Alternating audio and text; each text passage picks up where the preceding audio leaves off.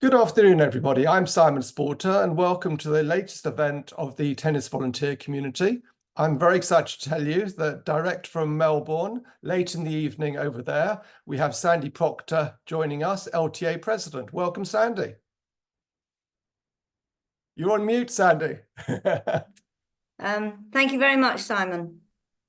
So it's pretty late for Sandi, which is why we brought the session slightly forward from the original 1 p.m. to 12, because I think it's 11 p.m. over in Melbourne. I'm sure Sandi will be able to give us in a couple of minutes an update on what we may have missed in Melbourne today with the tennis. I think day 4, if I've got it right. But to get started, Sandi, just give us, we've got some sort of formal questions, but we'd love to know sort of what's it like over in Melbourne? Are you enjoying yourself? Well, I certainly am. Who couldn't, right? Weather's not as we expected. We've had 2 days of rain and 2 days of sunshine, but they do clear things up quite quickly and get on playing. The Melbourne site, Melbourne Park, where they play the Australian Open, is a very big footprint. Anybody on the call that's ever been will know. Much bigger, for instance, than Wimbledon. More stadiums, more stadium courts, more covered, either fully covered courts. They've got 3, and then they've got quite a lot of canopies over other courts. Whilst they get wet, they do then dry pretty quickly. So I don't think they've been affected play-wise. It's very buzzy. It's very colourful. They do call themselves the Party Slam or the Friendly Slam, and it certainly lives up to that a lot. Lots and lots. The thing I like about it the most, lots of children's activities everywhere. So they've got a big activity park where all the kids come in and play on small table tennis tables, little mini tennis courts, have stages and climbing frames and all sorts of stuff. And this year they've opened a teenage area where they've got a video game room and a makeup room and everything for the girls and a stage and dancing. So they're very, very interesting. It is school holidays, which is of great benefit to them. So it's a very full of kids, full of families, and very buzzy all day. And they also do a day session and a night session on some of the courts. So it's good. From a British point of view, I don't know how many of you have read in the social media that this has been the best performance by GB players for the whole of the Open era. So 6 got through to round 2, 4 women and 2 guys, and 3 are now through to round 3. I think I've got that right. Jacob, Jack, and Emma. So really good. Very sadly, Katie lost tonight. I've just not long come back from Katie's match.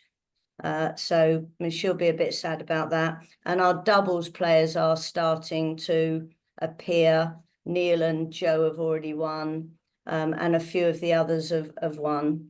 So, and next week, the wheelchair players arrive, the junior players, and very nicely, we've got a GB learning disability team arriving. Great. Thank you very much for the update, Sandi, from Melbourne. So we've got you here to tell us all about your role and what you've been doing and share and answer lots of questions. So for those who don't necessarily know everything about you, can you just give us a quick sort of background to yourself and how you ended up being appointed LTA President 2 years ago? Perhaps we should ask Simon. He's on the call, previous president. My background is that I'm a phys ed teacher turned tennis coach. Throughout my tennis coaching, I've specialised very much in the younger end of coaching kids, mainly sort of under 10s, even under 8s. And in particular, rolled out mini tennis red, orange and green for the LTA a number of years ago. And always been a volunteer wherever I've been, because you just run competitions and fun days as well as coaching. A lot of coaches do this as well. And when I stopped working for the LTA, Kent very kindly asked if I would represent Kent on something called the LTA Council, which quite a few of the listeners today are familiar with because they're councillors themselves representing their county or another organisation. And once I was at the LTA Council, I served on various committees, mainly the Development Committee, because my specialism in grassroots has always been useful for that. And the sort of most turning point really is that when Kathy Sabin, the first female president, she encouraged me to stand for the LTA board, and then indeed for LTA deputy president. And then 3 years later, I became president, which is a couple of years ago. So that's how I got it. Nobody's more surprised than me that I'm the president, but I'm loving it. And I've learned a lot and I'm still learning a lot. Thank you, Sandi. So can you tell us a bit about your role as president? What does it entail? Okay, there are, I suppose, 3 main parts to it. The first is that I represent the LTA internationally. So at the ITF, International Tennis Federation AGM, at the Tennis Europe AGM.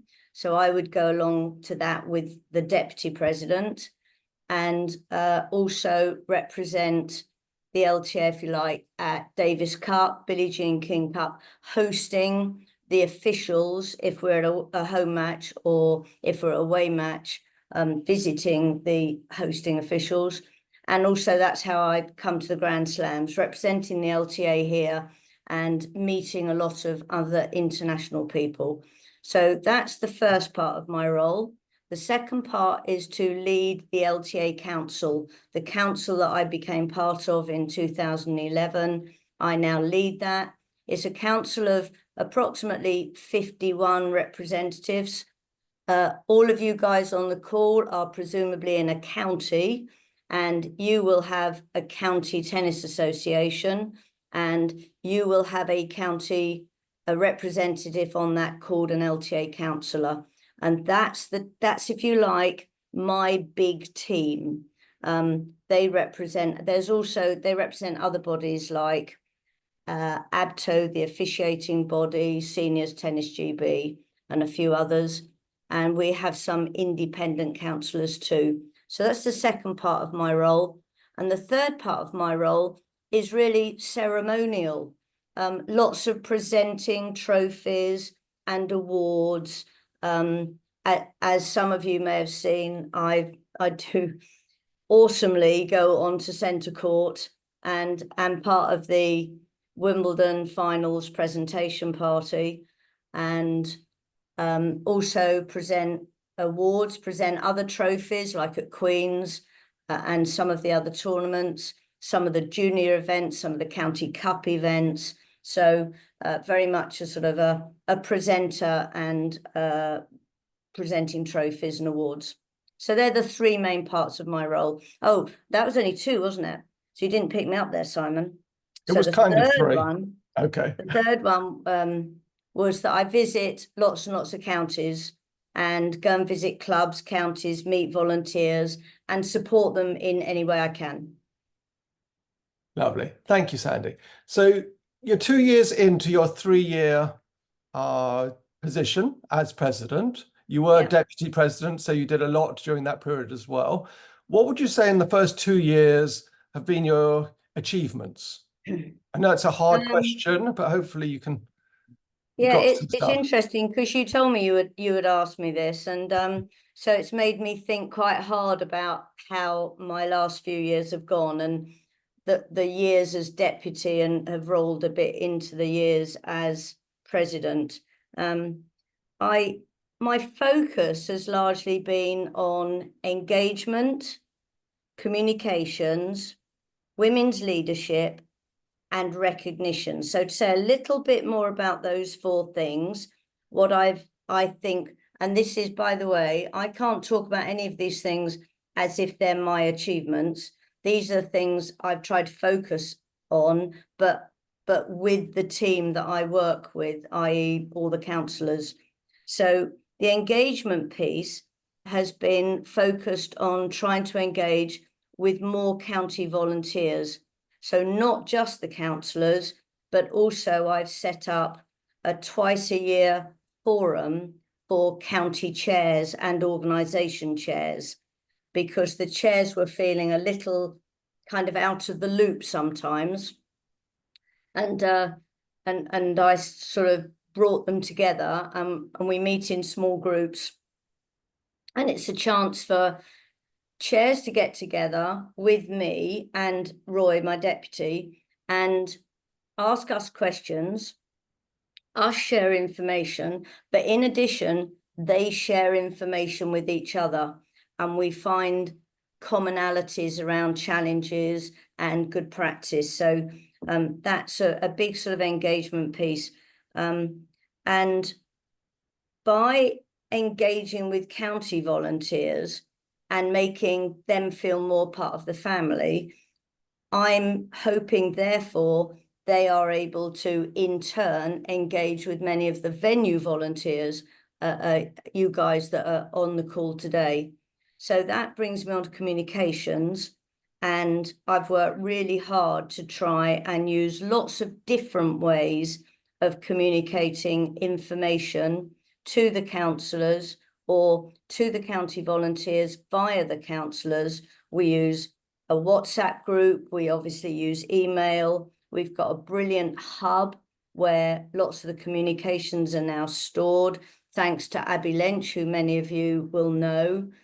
She set that up after an idea from one of our little working groups. We've got a resource centre called the County Support Toolkit, which is much like the Venue Support Toolkit, which hopefully you all know about.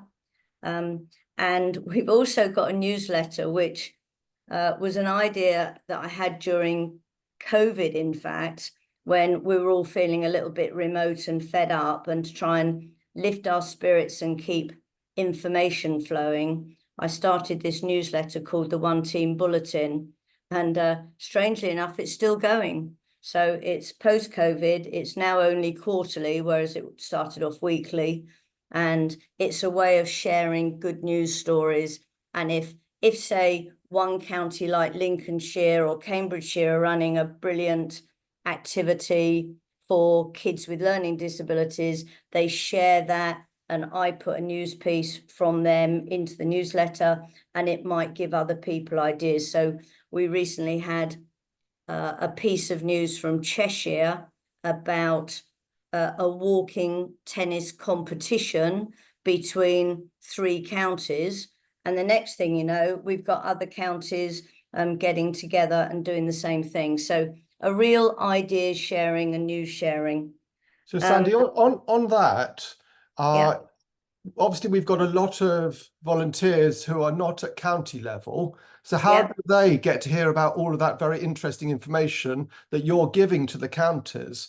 Because obviously they hear about things from myself and they hear about things from the LTA, but you're doing all this great comms work. How do they find out? Well, what I'm hoping, of course, and you know, we talk about this with councillors all the time, is that if councillors, through the engagement, the communication, are feeling better informed, then I'm hoping, but this is something we're going to look at a bit more next year, we're hoping that the cascading of that information goes down. So at the moment, a lot of the news in the bulletin, for instance, is about county activity. But if a county finds out a new idea about, say, a walking tennis competition, then they're going to spread that news to their clubs. So this is a sort of, you know, I don't look directly after clubs and club volunteers, not directly, because the LTA centrally has a communication stream to you guys in the venues, but we've also got counties with a communication stream to venue volunteers. So by the county volunteers being more informed and getting more ideas from each other, then they can spread that word down. We didn't think the bulletin, for instance, was necessary to share with venues. It's not exactly what I would call the most professional, you know, the newsletters that the LTA sends out to venues is way more professionally done. What I do is a little bit of a homemade something amongst us. But I hope that the county people pick up some of the good news stories and spread them round. So that's really up to them. But something we're going to look at next year to see how well that's actually working and whether the good news is sort of spreading out. Well, Sandi, I think your newsletter is a lot better than you say, because it's very authentic and very up to date. So actually, give yourself more credit. You should have seen the first few versions. They were like on a Word document with a few pictures pasted in and a few links. It is better than it used to be, thanks to Lewis Woodham from Surrey, who actually volunteers and designs it, which is really nice. The other two things I think that I focused on quite successfully were starting a program for encouraging more women to step up into leadership positions. So we started a program called Inspire for Women Volunteers, and we have some members of our group on the call tonight. We did it for a year. It's mainly online. In year one, it had a very specific purpose to ensure a conveyor belt, if you like, of women who are currently counsellors to feel confident enough and have the skills enough to step up and apply for the LTA board. And I'm very pleased to say that after year one, two women on this call now applied for the board and one of them was appointed. So we kind of covered that one off, but for now, but we've got to keep that conveyor belt going. And this year we've got Inspire 2, which is being led by Bridie Amos, who's on the call tonight. And this one is for county volunteers. And again, for them to try and have the confidence to step up into more senior positions in their counties. And then in time, the next development of this program is to try and spread that to venue volunteers. So a mix of county volunteers and venue volunteers, women in particular, because we've only got something like 7 out of 47 of our member organisations have got a female chair. And in clubs, it's something like, and I hope I don't get this percentage wrong. Kay will help me with this percentage, but it's something like 27% of roles, senior roles in clubs, such as chairman and treasurer, only 27% are held by women. The rest are all men. Kay, am I right on that? Kay's gone to make a cup of tea. No, I'm here. It was Hannah who did that. I'll look it up now and put it on the chat, Sandi. I haven't got the figures in front of me, but I'll look it up. Okay.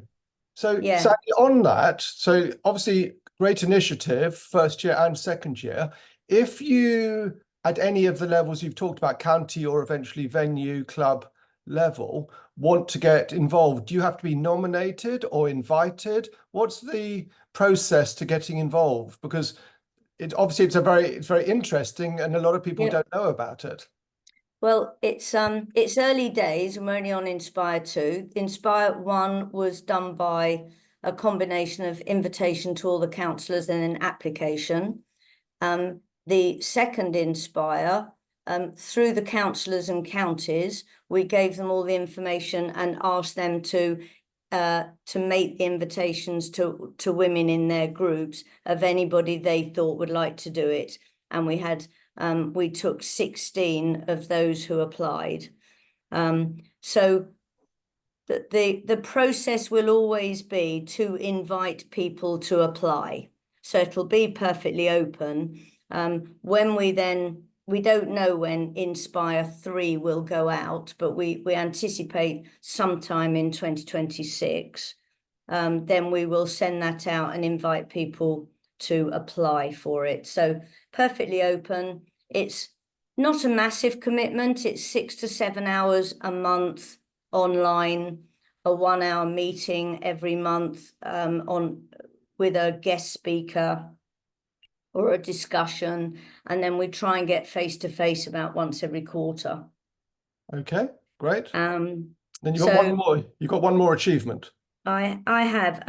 Well, I'm going to say that the other thing I've focused on is the recognition side. And I think over the time, I've really supported the awards, and the awards have grown. The LTA awards have grown a lot, and I'm really proud of how they've grown. They were started by Kathy Sabin, and she asked me to look after them very much as her legacy. And I think I've done that. And actually, I've grown them a little bit we've added a President's Award as well. That's a new award, but also we've added some end of year councillor awards and County or Organisation of the Year award. So we've added some more ways of recognising the efforts of people in counties. And of course, the LTA awards were already recognising the efforts of volunteers and coaches and officials and everybody. Oh, well done, Kay. Only 35% female chairs, only... Oh, I didn't catch all that, but you can read it on the chat. So that's one of the reasons we wanted to do it. And to put a little bit more detail on that, the reason I started it was because I was part of a group, international group called the Advantage All Group, which was run by a fabulous US tennis person called Katrina Adams. And she wanted to do this globally. And I was invited to be part of that group. And I learned so much by being part of the discussions with Billie Jean King, Dame Catherine Granger, Annika Sorenstam, all these famous women that have either competed at a high level or in high level administration in sport. And I thought I would like to share this with other people. And that's how I started. And we do actually use quite a lot of the resources that the ITF created for that program. And that program is still going. And I still spend quite a lot of time networking with various women from other nations. So for instance, in a couple of days' time, I'll be meeting the president from Tennis New Zealand, the president from Australia, and some of the Pacific Island presidents. And we all learn from each other constantly and support each other. Sandi, I'm conscious that people have got lots of questions. Just finally on in fact, I have two more questions. Your greatest achievement in the first 2 years, is it the Inspire program or is it something else? That's such a hard question. You want to think about that? Come back. Okay. There's probably other people who should answer that question. Exactly. I don't know which one is we'll my come back best. to that one. Okay. Can you give me anything you want to still achieve in your third year? Well, there are a lot of things I do that are kind of business as usual, which I will continue with, and I'll continue with everything that I've just told you anyway. So because what I didn't say earlier is that over this last 2 years, or even 3 years, probably with Deputy as well, I reckon I've visited 20 counties plus Scotland and Wales, and I've seen at least 80 clubs and schools and events and spent time with the people that run them. And I reckon I've met easily around 500 volunteers, coaches and officials. I did that adding up this afternoon, so I needed to share it. So I thought that was, and I've really enjoyed it, and I've learned a lot. And if you're asking yourself, well, so what, what about that? What did I achieve on those visits? Well, what I do on those visits is, first of all, I say a lot of thank yous, because a lot of people like you guys on this call in venues are working your socks off to keep tennis going in either your club, your venue, your community, or your county. And I think there aren't enough thank yous given to you for what you all do. So I make sure that when I go out there, I really show my appreciation on behalf of the LTA for everybody's efforts. The other thing I do is I share a lot of information. Because I'm at the heart of everything going on grassrootsy, I've got a lot of information in my head and I share it. I connect people with other people who I think might be able to help each other, and then I answer questions. So, you know, typical questions that I get when I go into venues are, how can we get LTA funding? Or why does the LTA not fund small clubs anymore? Well, actually they do. And this is how we do it. And these are the number of small clubs that we've ever funded.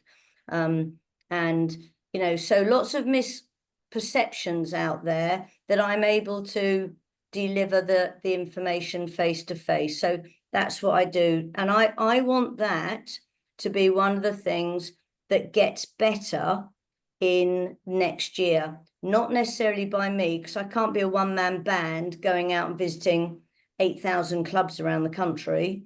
But what I can do is I'm going to work with a small group that are going to look at how it's a development committee work stream about what is the county role, if you like, of engaging with clubs, and how can we help clubs know how to get the information that they need. And do they know where to? And do they know that there's a newsletter every month that comes down from the LTA? Do they know how important it is, for instance, that the club main contact name is up to date? Because if that's not up to date, then there'll be some clubs out there, and probably not any of your clubs, because you're the ones on this community now, and I dare say you're much more informed, but there'll be clubs out there that don't realise what's available to them in the way of support. And we're going to look at the role of counties, if you like, to help those clubs learn more about what support is available. So that's one of the big things for next year. I also want to address the issue that comes up to me all the time when I'm out and about, is apparently it's getting very hard to find volunteers for club committees, county committees. And we really need to look at how we can fish in a wider pool, how we can find more good volunteers. And then when we do find them, how do we look after them? How do we support them? How do we make them feel good about what they do? How do we appreciate them and recognize them? So that's volunteer recruitment, and looking after volunteers is something I'm heading for next year. And then the other one is to grow the Inspire group and extend it to young women volunteers, as well as the general demographic age that is most of us volunteers. Okay, thank you, Sandi. Sandi, just with the work streams that you referred to, do you mean the DTAG groups, which are made up of the councillors, when you said work streams? And with the DTAGs, are the DTAGs simply made up of an LTA representative and then the councillors? Just give people a bit of info on that, because a lot of people won't understand what that is. Yeah. So let's explain. DTAG stands for Development Tennis Advisory Group, very snappy title. And Nigel was on the call a minute ago, but I think has gone. He's the chair of this committee, and it has 8 work streams in various topics like volunteer engagement, coach engagement, communications, and a number of others. And yes, each work stream is led by a councillor alongside an LTA executive. So they're the 2 people who lead it. And then there are a number of other counsellors on each of those work streams. And occasionally, not many, but quite a few, non-counsellors who've got a specific expertise in an area that would be helpful. So, for instance, that volunteer recruitment objective that is in the volunteer engagement workstream, we are bringing on a recruitment expert to help advise that group on that particular project. So yes, it's where volunteers, counsellors mainly, work alongside colleagues to try and achieve the objectives that are in the LTA plan. Okay, and they're invited to join particular work streams by your colleague. Yes. Yes, Nigel. Okay, great. Yeah. Fine. So we're now going to split the rest of the session, which we've got plenty of time, into certain areas so that you can all sort of have a chance. We can talk about presidency in general, which is basically the feedback on what Sandy's already said. Then we're going to move on to tennis specifically, counties.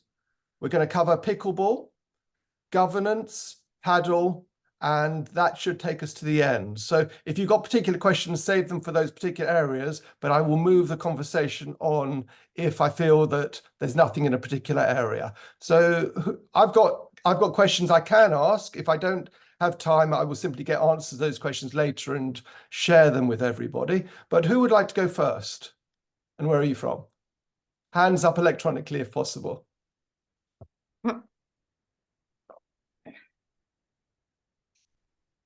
What was the first topic, Simon? Sorry, I forgot the order. Our presidency. So basically asking Sandy questions on what she may have already said, or anything you want to know about the presidency. Could be a fun fact.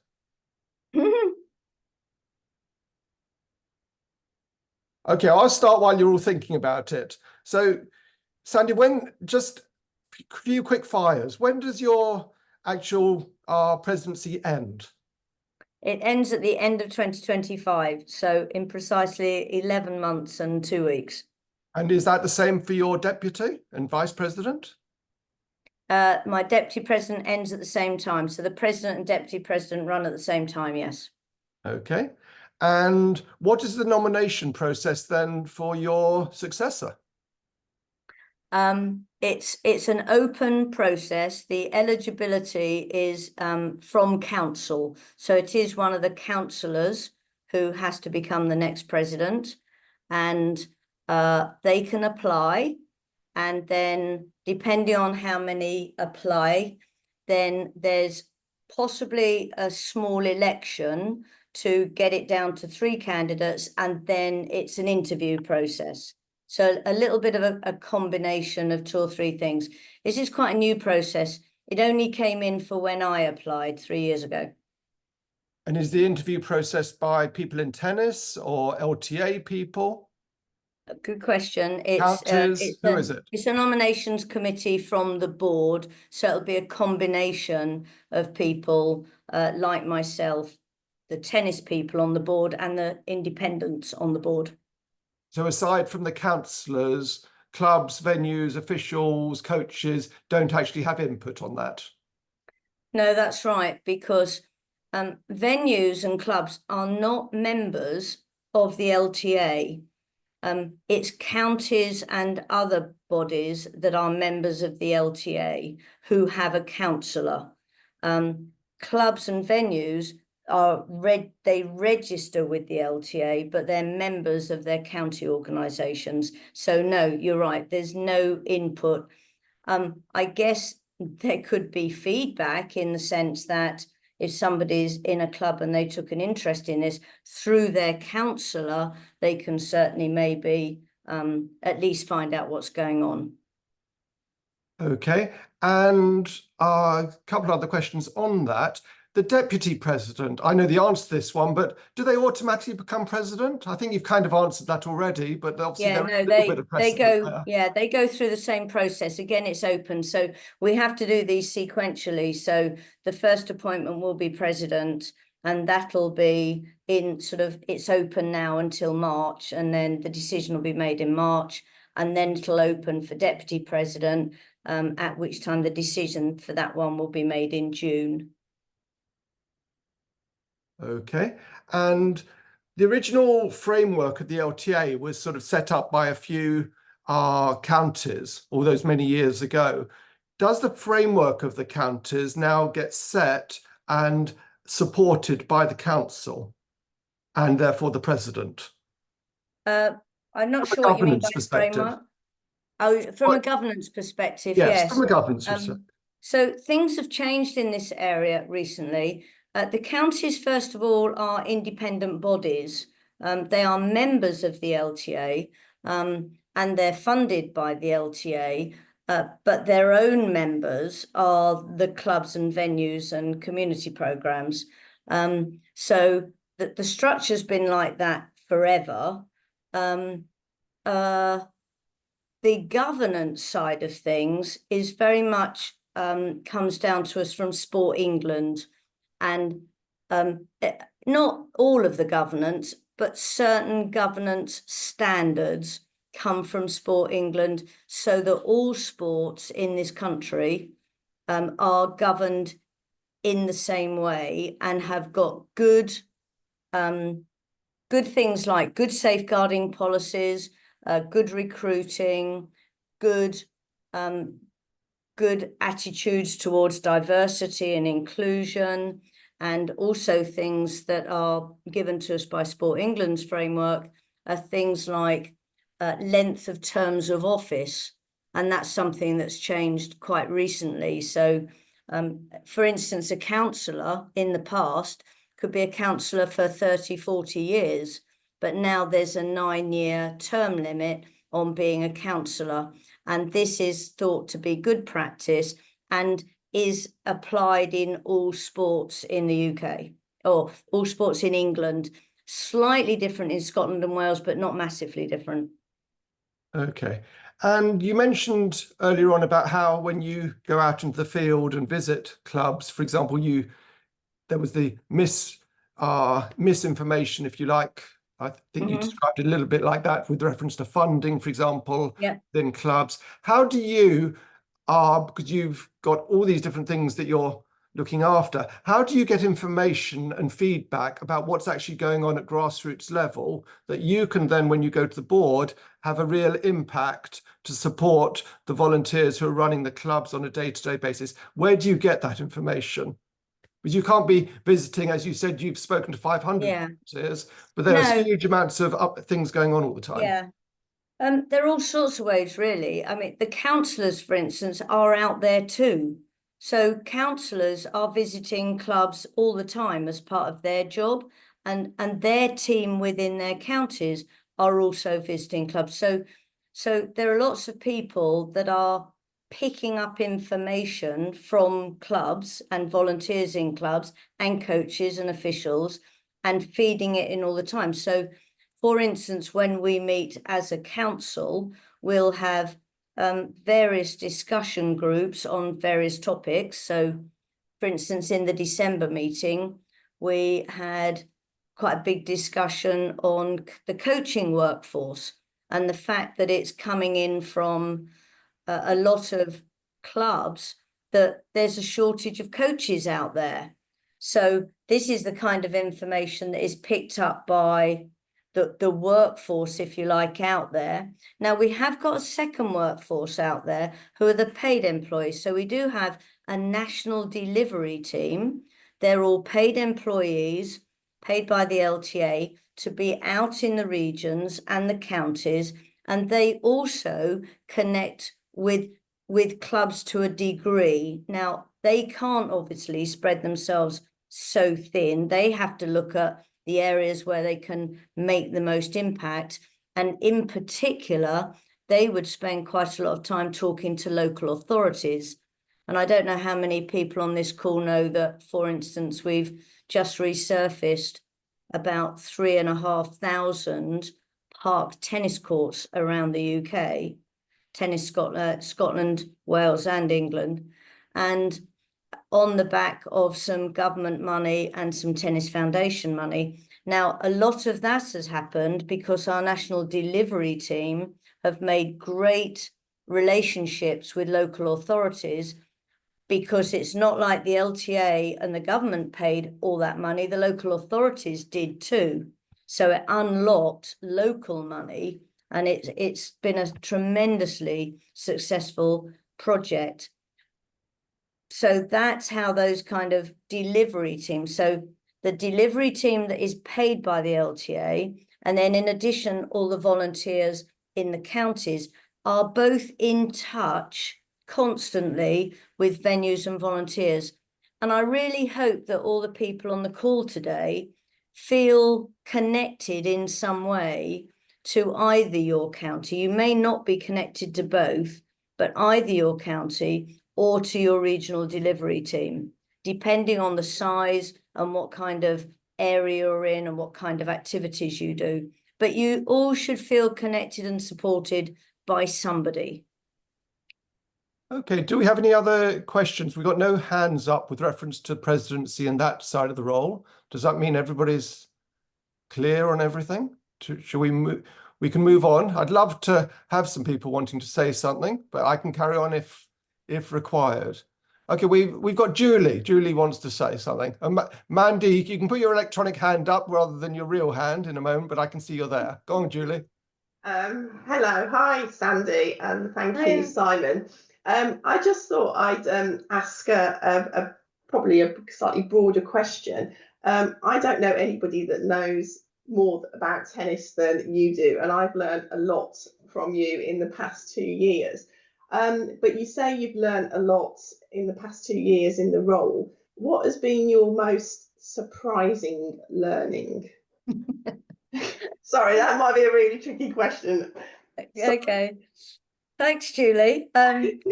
Well, I think when I first got onto the board of the LTA, which is now about 7 years ago, I really had to learn how to be a board member because I just had no experience whatsoever. I've served on voluntary committees like forever in my county, in my various clubs.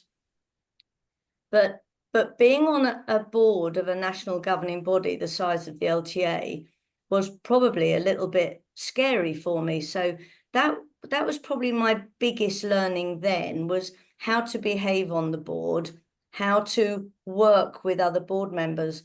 I was in awe when I joined the board of the independent board members who have enormous experience around finance, legal, compliance, governance, etc. Lucky for me, they didn't much know about tennis. So I was in a great place that I was able to throw in the odd questions and bits of information around the tennis side. So I sort of found my feet that way. So certainly that was a big learning for me. And the other learning is, and I'm going to quote Billie Jean King here, okay? You've heard this before, but the other people may not on the call. I've read a lot about inspiring people, and Billie Jean King is one of those. And she said, the 3 most important components of a successful life are: 1, learning and keep learning. Number 2 is be a problem solver and an innovator. And number 3 is remember that relationships are key. Now, I have always enjoyed learning, no problem. I've always been a bit creative and innovative. As you know, I sort of make things up and games up and activities up and ideas and programs. But I don't think I really recognized until I read that just how important relationships are. And what I've read about and learned about is around good communications and forging good relationships and understanding that not everybody is the same and not everybody is the same as me. So my book recommendation coming out now is called Surrounded by Idiots by Thomas Erickson. And the basic premise of that book is people, they're not idiots at all. They're just not like you. And I think that's been my biggest learning, is learning how different people are and learning ways of working with people who are different from me. Do you agree with me, Julie? Yeah, no, I do. Absolutely. Great answer. Thank you. Okay. All right. Thank you, Julie. Mandy, come off mute. What would you like to say? Hi, Sandy. Oh, hiya. Just to say, Surrounded by Idiots book is by my bedside all the time. I'm Mandy Stonier. I'm on the county committee for Avon, and my responsibility is clubs and venues. So I buy into everything that Sandy's doing, but I'm also on the Inspire 2 programme, which I'm thoroughly enjoying, have enjoyed and still enjoying, and I know Bridie's on this and Bridie leads it for us. And I would recommend anybody, if you have the opportunity to do it, to do it. The fact you're rolling it out to clubs and possibly young people is absolutely brilliant, Sandy, and a long may it last, because I think it should go on beyond your tenure. I think it's been brilliant for me. I mean, I'm in my 60s now, and Kay's on the call, and Kay did it last year. And both of us have learned so much from it that it's just been brilliant. So thank you very much. That's all I want to say is if anybody's interested or wants to talk to me about it, please message me on the group and we can have a conversation outside this call. Right. Thanks, Mandy. Thank you, Mandy, for that. Okay, moving on to tennis. If you got questions on the tennis specific front, but Sandy, just to get started on that, you mentioned about for clubs and venues, funding, finding volunteers. There are lots of challenges for clubs almost every day, whether it's reaching into the community, whether it's facilities, which obviously funding has a great impact, whether it's running the committee in general, floodlights, young people, dealing with your coaches. What do you hear are the biggest challenges for clubs among the things I may have mentioned, plus any others? They are very different, the challenges. Commonalities are facilities and sustaining facilities and the cost of facilities, which in turn probably leads into the challenges of financially sustaining a club. So that's certainly one of the things that I hear quite a lot. Those clubs who are most financially stable are the clubs who are really quite innovative and run a lot of activities, have lots of people who share the administrative load at their club. They seem to be the happiest, the most vibrant, and that all in turn leads to financial stability as well, because they've got a lively membership, they've got a full membership, and if they've got activities, then if they've got a clubhouse and they've got a bar, then that in turn makes additional money. Those clubs who are constantly adapting to the new needs of members, because people are different now, aren't they? The people have got less time than they used to have. People need quicker ways of playing their sport, or they need more enticement to join in social gatherings and things like that. But those clubs who are doing well, they have good social activities and they have lots of tournaments, competitions, fun events. They run league teams. So the wide variety of activity that the better clubs do are what the other clubs who are saying we're struggling need to look at. But of course, if you tip that over, if you haven't got enough people helping to run the club, then you can't run all those activities. So it's a bit chicken and egg, isn't it? You haven't got enough people and you haven't got enough activities. Which one do you do first? But you've got to have the people. And my suggestion there would be just go out there and ask people to help. And this whole volunteer recruitment drive that I hope we'll be doing a little bit more of next year will be about trying to entice people to be a volunteer, but give them a doable size role, not a role that is so big that they give up after 3 months. So, for instance, there's one county I talked to recently who couldn't find a treasurer, right? So what they did is they divvied up the treasurer role into 3 smaller roles, and then they found 3 people who were willing to do a smaller role, and it's been very successful. So think of that in your club committees around the jobs you're asking volunteers to do. And do ask people if they'll join in. Don't, you know, I've seen it so often that people just put in their club newsletter or put a notice on their notice board and just go, you know, volunteer wanted. You know, that might work for some, but some people just need asking. There'll be plenty of people out there who, if you ask them, they'll be honoured to be asked, but they haven't thought about it themselves.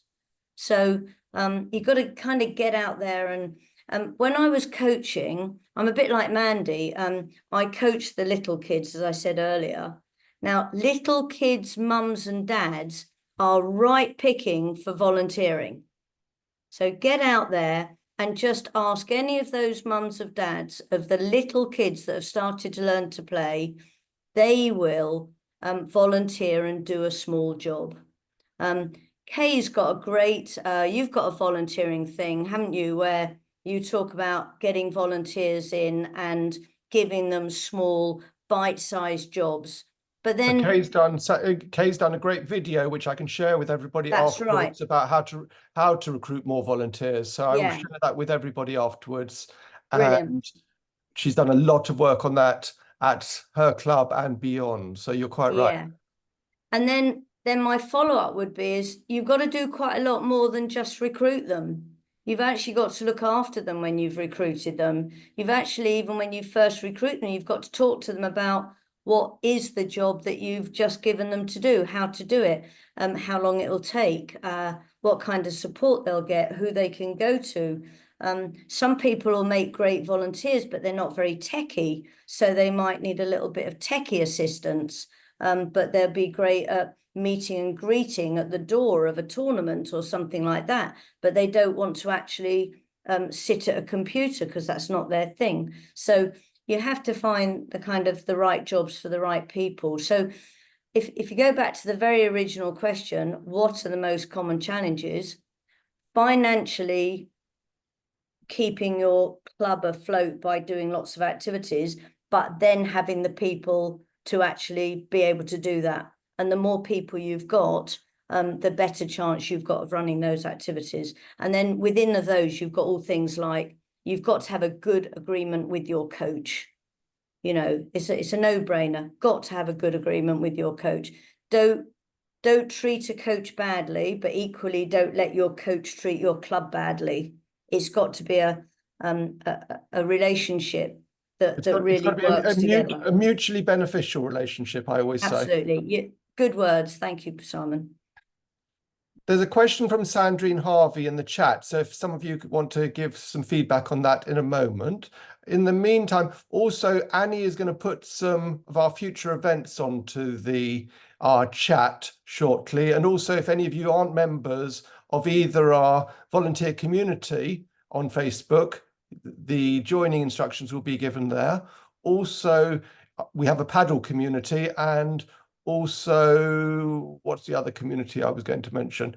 The parents community, which in a moment I'm going to introduce Kay because she's got her hand up anyway, and I'm going to give her 1 minute because something I do with her as well is the parents community, and I'm going to give her a minute to do a good promotion of that. So be ready for that, Kay, when your time comes. Anne, would you please come in and ask Sandy a question? Where are you from, Anne? Well, I know, but where are you from? I'm from Roseley Ivanhoe Tennis Club in Leicestershire, and I'm the chair and have been for quite a while of the club. Really just to endorse what you said, Sandy, I think the thing that we've been very successful at is getting a successful committee. And one of the things we've done recently is to split jobs. And that's absolutely been really important because people feel supported by somebody else. We were struggling to get club captains, And I think one of the things that we've done is we've almost doubled the size of the committee by splitting jobs or having jobs off the committee. And I think it was Kay, you talked about micro volunteering, and we've got people doing sort of just small jobs and checking the clubhouse and doing a bit of litter picking on a rota, and that's been very successful. So I think, you know, I just wanted to endorse and to say how successful we found it as a medium-sized club in Leicestershire. Well done, Anne. That sounds great. And you're right, even jobs around the club, it makes people feel like it's their club too. And they feel a part of the family that then sort of runs the club, which is great. So well done. That's absolutely brilliant. Lovely to hear. Great. Thank you, Anne. Kay, where do you want to start? Ask your question and then tell us about the parents community, please. Thank you, Simon, and hi, Sandy. Hiya. And I'd like to echo my gratitude for being involved in Inspire. It's been truly inspiring, and I've really enjoyed the whole programme and working with everybody that I've met on it. The most important thing for me, I think, was the networking element of it. Really great to join people together. And I guess that's the whole role of the parent group and the volunteer group, is to join communities in tennis together so that we can all talk to each other and help each other. And my question actually was relating to that. I wanted to really understand, with your vast experience as a tennis coach and relationship with a club, where you see that role as best working. And you touched on it just now, but in terms of who's responsible for helping parents and guiding parents and encouraging parents to be part of the volunteering community as well. I really sort of wonder what we could do to improve that, and how you see that having changed now that we're encouraging coaches to be far more professional and perhaps be more focused on running their own business within a club, and how that changes the dynamic. And on that point, a parent recently mentioned on the parent group that we seem to be incentivizing coaches to spot wealth and not talent. And I wonder what role clubs should be doing to keep that relationship with parents and not just let it be one of customer of the coach. Really interesting question. It's kind of got several sort of aspects to it, really, because it's very important for the coach to have a relationship with the club. The coach and club have got to really work very well together. If the coach then feels part of the club as opposed to running a business on a club site, but feels part of that club, then there's a better chance then that the parents of the children will be encouraged by the coach to take part in helping with tournaments, helping with fun days, helping with finals days and all those things. So when I was a coach at a club and I was recruiting all these volunteers, it was because I was a major part of the club. I wasn't just turning up and coaching and leaving. And I never thought of those parents as mine, even though I was getting them to help me with my activities. They helped with other club activities as well. So I think this is a three-way relationship between the club, the coach, and the parents. And if those three aspects of the relationships aren't all there, you're not likely to get the club to recruit parents as volunteers, because the coach, sorry, I said that wrong. You're not likely to get the coach to really recruit the parents because there's nothing in it for them. And then the club doesn't reach the parents because they don't see them as much as the coach does. So that they've all kind of got to be intertwined somehow. So my first suggestion would be every club should have the senior coach or a coach on their committee. Now, the only trouble is the word committee scares quite a lot of coaches off.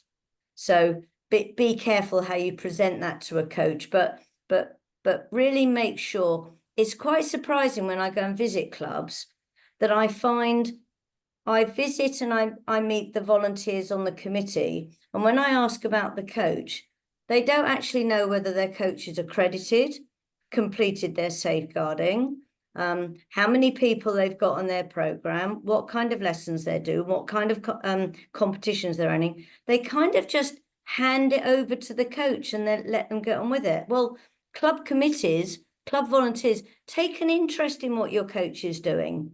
Be a part of what your coaches are doing. Make sure you go and visit some of their coaching sessions, meet some of the parents, and that way that whole relationship will work better. Does that make sense? That would be my experience and how I think that would work. Yeah, it's interesting because in my micro example at club level, we actually had to have an EGM to get our coach off the committee because they'd kind of taken over the club.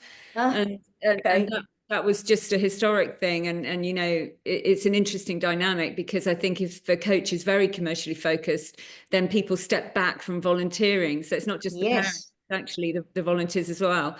And some coaches come at that perhaps with a different, so it's just a really complex relationship, as you say, between all three. Yeah.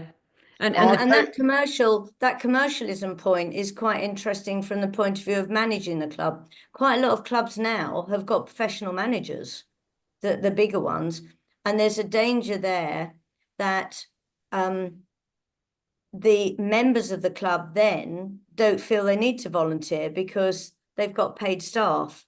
So my two main areas of work, I've worked in Scotland and other countries as well, but I was at a club where volunteers were really quite prolific when I was coaching a lot. But then I moved to Bromley Indoor Tennis Centre, which is a community centre, where there was a slightly different attitude towards volunteering because it had a fully paid staff. And it was much harder to get volunteers there than it was in the sort of volunteer run club with just a few paid staff. So we had the usual at Bromley. We had the usual, all the team captains were volunteers and everybody, but it was very hard to get anybody to water the plants. So Sandi, it's just a funny little job.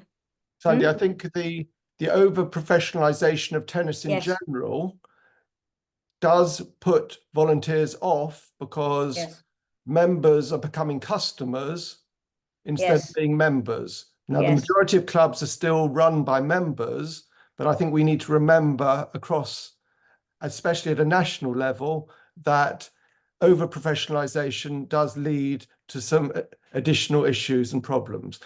Kay, would you give us a minute on the parents community now, please? Oh, yes, always. So the tennis parents community is a community of almost 2,500 tennis parents. The goal is to join parents together in the same way that all you guys are joined together as volunteers, and to share their ideas, their experiences and their knowledge in order to decide for themselves how best they can support their children. Very much an acceptance that you've got a unique situation, everybody's ambition in the sport is different for the child and for the family, and their ability perhaps to give time and money to the sport.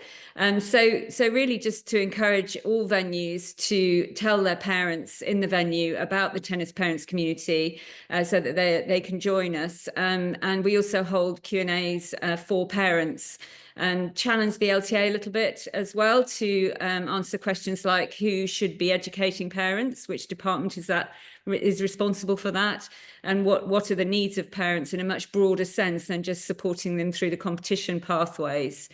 So lots of really interesting discussions. I'm always shocked by how many different topics still come up. Even after 3 years of running the group, we get new ideas and new comments coming in all the time. So please do spread the word if you think that's valuable to your parents and your clubs. Thank you, Kay.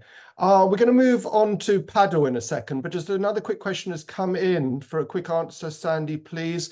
So you mentioned about obviously how you had been a counsellor, and we've got some counsellors on this call. Some people don't know how you can become a counsellor and have that chair at the top table. Okay. Well, every county has a councillor, and they would be elected or appointed in different ways depending on their own county rules. So every county has their own constitution and set of rules, etc. And they vary a little bit. And the majority, my experience would be that the majority of councillors are chosen from the people who are already county volunteers in some way. So they may either be already on their management board, depending what they call it, management board, executive committee. They may be on one of their wider subgroups, like they might be on their parents committee, for instance, or they might be on their development committee or their competition committee, whatever their subgroups are. Occasionally, the counties have gone wider and simply advertised widely in their tennis community and amongst their clubs for people to apply. And some counties have recently done that. But it does depend on county to county this way. If anybody would be interested in that kind of role, then the first and obvious step would always be to offer to volunteer for the county in some way in the first place. The second would be to simply ask the county contact. Every county has got a contact us email inquiry on their county website, and just ask and just find out whether there are any opportunities either as a county volunteer or indeed as a county councillor, because councillors can't stand for more than 9 years now, and then there's a greater turnover. So there's constantly looking for new people who would be good at these roles. Thank you. A question's just come in to me, sort of general question. What is your view about the fact that the LTA have made it harder and harder to be able to talk to anybody, communicate with anybody, and get answers to questions, which if you're sitting behind a desk and have a immediate problem that you're trying to deal with, it could be on safeguarding, welfare, could be on funding, you are advised to simply send a message to the customer services team and wait, say, 72 hours to get a response, by which time you may have forgotten what you were doing, and or you're advised to go to your county, which you may not get an answer to straight away, or you're suggested to go on to the portal website to get an answer. What's your view about this? And obviously the change which has taken place and the fact that it can be frustrating for people at either a county or at a club level who are really trying to, in their volunteer time, to do a very hard job. Yeah, and I do sympathise for people in particular who have got an urgent issue. Sometimes urgent issues come about because perhaps there's been something let go and hasn't been sort of dealt with earlier. In truth, there are rarely urgent issues. The group of people I feel are quite likely to have the urgent issues are probably officials who are trying to run a competition and they've got 40 kids in front of them and they've got a technical issue or something. And I think officials have started, particularly referees, have actually started to help each other and made themselves available. It is a sign of modern times, isn't it, that it's much harder to talk to anybody now around anything now, your banks or your services or anything else. So our customer support team at the LTA has a very good customer satisfaction rate. I don't actually know what it is, but I think it's around 85, 87%, something like that. Although it says your inquiry will be dealt with within 3 days, I understand that the stats are that they are largely dealt within a few hours, except at weekends. So that's the first thing, is there's a general feeling that having to put a question on an email to send somebody isn't going to work, but it most often does. Most often, but not all the time. Now, the other side of it is that there are huge numbers of resources where actually you could probably answer most of your questions yourself. And, you know, I do encourage anybody, in case they ever need to answer a question for themselves, to find out where the resources are. So just check that you all know how to find your way around the venue support toolkit, because the likelihood is the answer to your question is there. But if you don't use that, you don't know that the answer to your question is in fact there.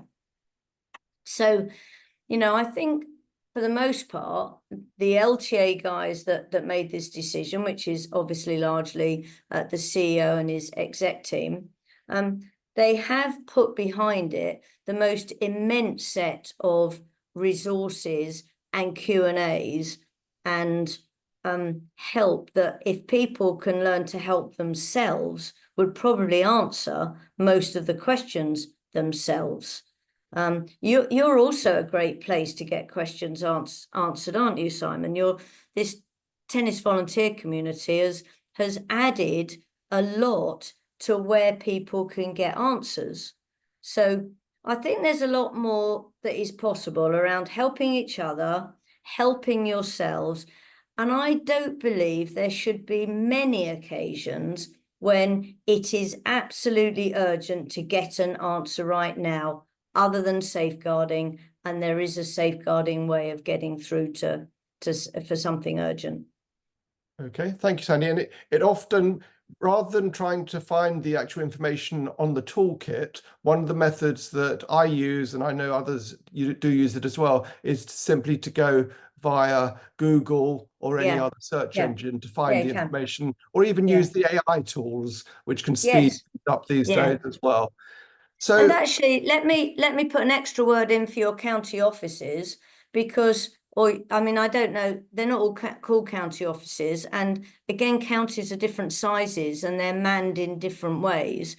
But I'm going to say that most counties I know are very good at getting back to people who leave queries. Now, they're obviously not manning their email boxes in the evenings all that much, or perhaps not even that much at weekends.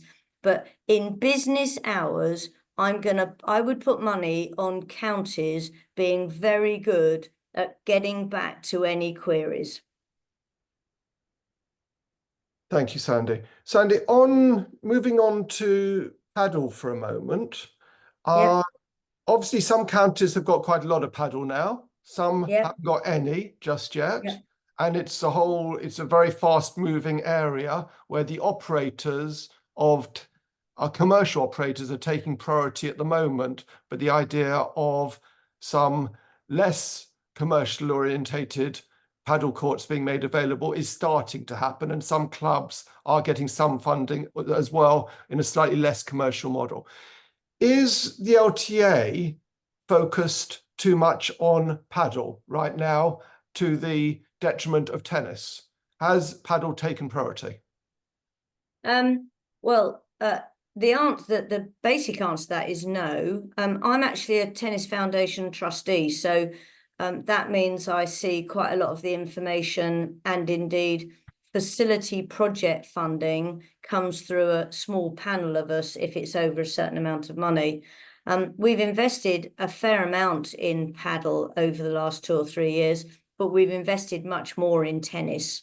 So it certainly hasn't displaced tennis court funding. So the kind of funding, that facility funding that the LTA puts out there, will be some resurfacing, as we've done all the parks courts. There have been a lot of clubs successfully got funding to help replace lighting, to put LED lighting in. There have been some new clubhouses, there have been some new courts, and there have been some new Padel courts, some with covers and some not. So the funding that is given by the LTA, I say given, it's obviously loaned, is very wide-ranging, And there is no way that there is more given to paddle than for other aspects of running tennis clubs.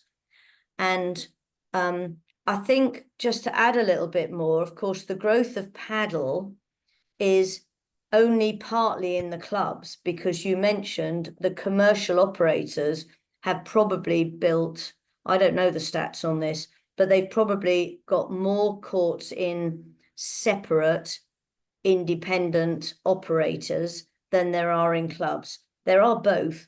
And the clubs that have put some paddle courts in, and most clubs would only have maybe 1, 2, 3, 4. I think e.g. in Cheltenham are just putting in for more, but because they've just found it very successful. Those clubs that have gone down the paddle route because they were lucky enough to have either some disused tennis courts or plenty of tennis courts, therefore losing a few disused ones and replacing them with paddle, was actually a great thing for the club. Because the other question that I'm surprised you didn't ask and add to it is, are there now more paddle players, or will there be more paddle players than tennis players, as there are in Spain? What we are finding out is that the clubs that are putting in paddle courts are getting more members in and are not losing tennis members. So tennis players are playing paddle and squash players are playing paddle, but they don't seem to be losing tennis members. So the paddle is adding. And you know, when I said earlier, the clubs that are really thriving are the ones that are offering a wide variety of activities. If they can, and put paddle in and pickle and walking tennis and social activities, it's all part of the rich mix that will make a successful club. But back to the original question, no, we're not funding paddle more than tennis. And a follow-up to that one on funding, Sandrine Harvey has said, what is the percentage of funding of tennis versus paddle? I probably don't know.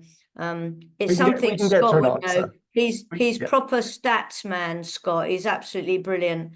I can't keep these sort of stats in my head. So it's something we could find out and let people know. Again, for anyone, obviously, Sandy just mentioned Scott. She's referring to Scott Lloyd, CEO of the Lawn Tennis Association. Yeah. And he's so marvelous at all this, knowing exactly what percentages are this and that. And he would have that. Okay, I think with reference to paddle and putting it into clubs who have two plus courts as opposed to just one court are much more likely to be able to enter competition and be able to hold events versus other clubs. If they just put one court in, it is quite a limiting factor. And I think some clubs have realized that, who have tested the market, if you like. But again, talking about widening your offering into the community, and paddle is social, a tighter court, obviously, easier to play than tennis, and also is bringing in the youth who maybe have never tried tennis or find tennis too difficult as a concept. And quite frankly, people don't go down through the local park and play tennis like they used to. They're discouraged. They're told that they have to have coaching in today's world, which is very different from the majority of us were introduced to tennis just by going to the courts and trying to hit the ball. So there's a big change. Do you think so? Do you think that's the case? It's my view. Does anyone have a view that our kids don't just walk down to the park anymore? Kids. Kids, okay. Partly because they're locked. Yeah.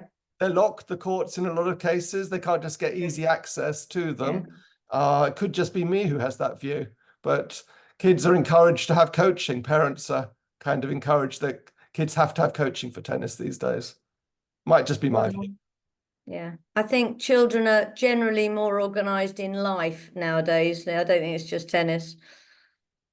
You mentioned about pickleball, and anyone who wants to ask questions, please put your hands up. But pickleball, there's obviously been a decision made with reference to governance at a national level for pickleball at the end of last year. can you update us on where the LTA sits with reference to pickleball and what your view is about pickleball's integration into tennis clubs and venues and how that's going to work? Yes, you're right about the decision. It's been long coming, the decision. LTA applied to be the registered governing body for pickleball some time ago, and the decision was eventually made in late November or even December, I think. And sure enough, the Sport England have actually appointed Pickle England to be the governing body for Pickle in England. Pickle Scotland or Scotland, there is no Pickle Wales at the moment, so that's still up for grabs. Yeah, we were a bit disappointed, but it doesn't matter. We are trying to collaborate with Pickle England to sort out how we relate to them. There's no doubt that we'll get behind the development of pickle. We don't see pickleball or paddle as a rival to tennis, much more as just another format of tennis that we can offer and encourage people to play. So yeah, we can all live and work and play under the same sky. It's quite interesting being in Australia because they are also talking about exactly the same thing. And they're now talking about tennis clubs being more like racket hubs. And they're almost working up that kind of concept. They've also got something here called pop tennis, which is like mini tennis, really, and it's just a pop-up court. The US Tennis Association have just developed a product called Red Ball for All, and they're advertising for adults to play red ball on in fact, the pickleball courts. And I think we're all looking at the possibility of whether or not ultimately we should be looking at one small court, which I spoke to today somebody, and they're calling them complementary courts. In other words, you can play different games on a small court. So you could play pickle on the small court, you could play touch tennis on the small court, you could play mini red or LTA youth red on the small court. It's just a matter of getting the specifications and the size that might work for all of them. So that they're the sort of international discussions that are going on in all the different countries. Back in the UK, this is a new decision, so we're still exploring how the team might look at how we will support pickleball. But most importantly, at the beginning, we had a meeting yesterday, actually, and this question was asked. The team are putting together some guidance for venues on pickleball. So just simple guidance like, first of all, yes, your tennis registration insurance does cover pickleball being played at your club. So that was one thing everybody's worrying about. Also some guidance on maybe how to run pickle. What about encouraging your coaches to become able and qualified to coach pickle as well as tennis? What about marking down any lines down for pickleball when we're also looking at how they can complement mini red courts as well? So there's quite a bit of work going on at the moment around thinking what advice do venues need around all this. If anybody on the call is sitting there going, well, this is the sort of advice we need, then my suggestion would be to feed that into you, Simon, and you share that with us and we can share it with the team. Because, you know, what we want to do is make sure the guidance is very helpful to take in all kind of aspects of what the clubs need. Thank you, Sandy. We're coming towards the end, but I have a governance question, which I think is worth asking. How does the LTA monitor and ensure that counties are compliant with the governance framework and doing their side of what they should be doing in the correct way? And what is the practice if a club or venue identifies that they're not necessarily happy with something? Cool. Okay. It's a tough one to at the end. Yeah. So the compliance question is that there is a thorough auditing process of counties to make sure that they've got, so the counties have got a governance framework, just as the LTA has. So the LTA's one comes from Sport England, and we comply to that. And then in turn, at the LTA, between, and this is where the DTAG that we talked about earlier, work together, colleagues and councillors, to create a governance framework for counties. And there is an auditing process in place to ensure that counties are compliant. We are in a situation, I believe, where we are, in fact, all of the counties are now compliant. There was a request to be compliant by the end of last year. I think we had some tail enders that have just tipped over into January, but I think we're now all there. Now, obviously, we've got to maintain that, and there'll be an ongoing auditing process, and it's done. The auditing process is led by the head of the delivery team, the delivery man, that is not the one attached to you, so it's independent. So the delivery team, head of delivery in the Southwest, might come and audit Norfolk, say, because they're not in the same area. So that's that bit of the question. If somebody on the call feels that their county doesn't seem to be behaving properly in any aspect of their delivery, then that is something that a venue could talk to somebody about. It would be simple enough to just put something in the customer support team to say, you know, what the problem is, and then indeed ask to speak to a member of the delivery team, so that they speak to a member of the LTA paid delivery team if they want to, I'm going to say report something, but it sounds a bit mean really, but if they want to chat about something that they are not happy about with their county. Right, thank you very much, Sandy. So please don't forget about the future events that we've got coming up over the next couple of months, and I'll send you further details on all of that.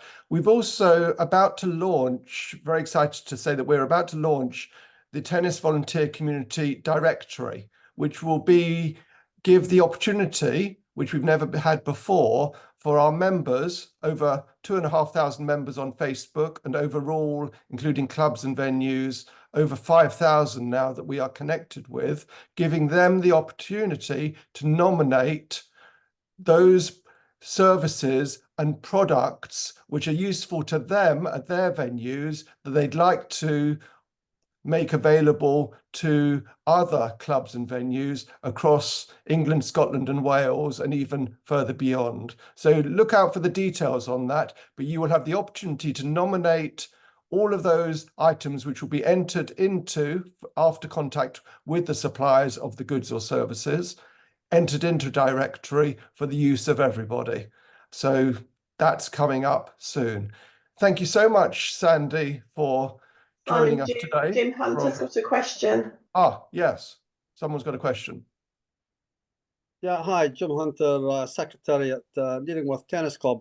Going back to pickleball, we're under pressure to register as a pickleball venue. Now, looking at Pickleball England, they have their own constitution, they have their, it's free entry at this moment, but eventually, where will that lie with the LTA? Are we going to have to serve two masters? Oh, you've got a really good question there. And I think this is one of the things that the team are trying to sort out at the moment. I actually didn't know, Jim, that you were already being asked to register with Pickle England. So thank you for telling us that. And I think that's something we probably need to take back to the development team led by Abby Lynch and Ollie Scadgel, who need to know that that's happening, because that needs to be part of the guidance as to whether or not you need to do that. If your insurance is covered by being an LTA registered venue, then you've got to probably ask, well, what do I get for registering with Pickle England? I don't know. Well, at this moment, it's free to register, but since they're not making any money anywhere, it has to come in that you're going to have to pay something. Yeah, at some point. Yeah, good question. I guess we always thought that would come. I just didn't know they've been quick off the mark to be doing that so quickly. So let's report that back and find out what the position should be.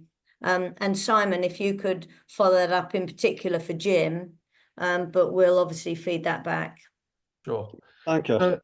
So thank you, Sandi, for staying up so late over in Melbourne. Thank you for all of the questions that you've answered. And most importantly, thank you for being such a great president for us in the first 2 years of your tenure. And we are looking forward to this third year and what you can, the icing on the cake and what you can really do in the third year, and then not go away, but carry on supporting. Okay, I promise. Thanks, Simon, and thank you as well on behalf of all the volunteers that you run this community. And I know you do this as a volunteer, and it really is a great thing that you do. And I'm hoping, you know, everybody appreciates it. So well done you for bringing all the volunteers together for helping each other. Thank you. I look forward to seeing you all soon. And this group is only as strong as its members. So any input, any opinions, any views, please, hopefully positively, please email me or message me, and I will try to add them into what we do. Thank you very much for joining us today, and have a good rest of your day. Bye-bye. Thanks. Bye, everybody. Bye. Thanks, Sandi. Thanks, Simon. Thank you. Bye.